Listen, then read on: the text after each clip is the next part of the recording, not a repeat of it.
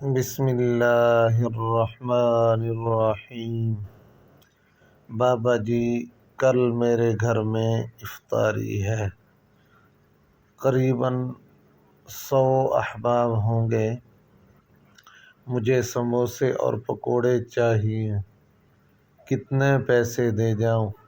میں نے پوچھا۔ بابا جی نے میری طرف دیکھا اور سوالیہ نظروں سے مسکرائے۔ کتنے پیسے دے سکتے ہو؟ مجھے ایسے لگا جیسے بابا جی نے میری توہین کی ہے۔ مجھے ایک عرصے سے جانتے ہوئے بھی یہ سوال بے محل اور تضحیک تھی۔ میں نے اصل قیمت سے زیادہ پیسے نکالے اور بابا جی کے سامنے رکھ دیے۔ بابا جی نے پیسے اٹھائے اور مجھے دیتے ہوئے بولے، وہ سامنے سڑک کے اس پار ایک بوڑھی عورت کو دے دو۔ کل آ کر اپنے سموسے پکوڑے لے جانا۔ میری پریشانی ختم ہو گئی۔ میری پریشانی تم نے حل کر دی۔ افطاری کا وقت قریب تھا اور میرے پاس اتنے پیسے جمع نہیں ہو رہے تھے۔ اب بیچاری چند دن سحری اور افطاری کی فکر سے آزاد ہو جائے گی۔ میرے جسم میں ٹھنڈی سی لہر دوڑ گئی۔ وہ کون ہے؟ آپ کی کیا لگتی ہے؟ میرے منہ سے بے اختیار سوال نکلا۔ بابا جی تپ گئے۔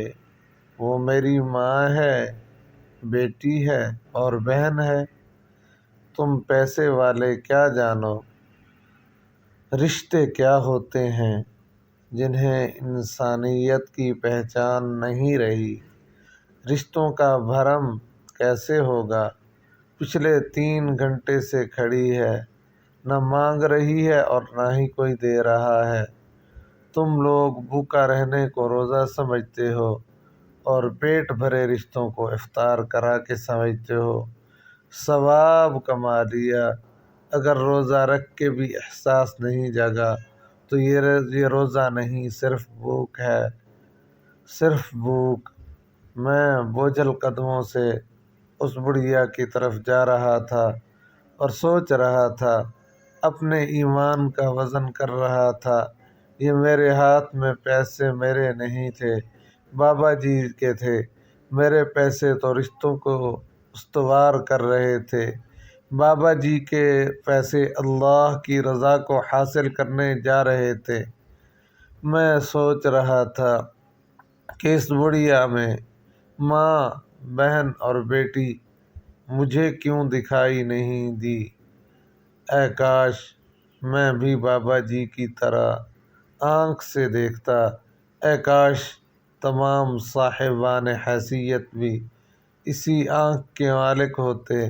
اے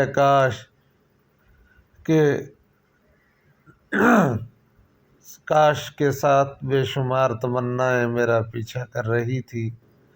یہ ایک تمثیل ہے۔ اللہ تعالی ہمیں سمجھنے کی توفیق عطا فرمائے۔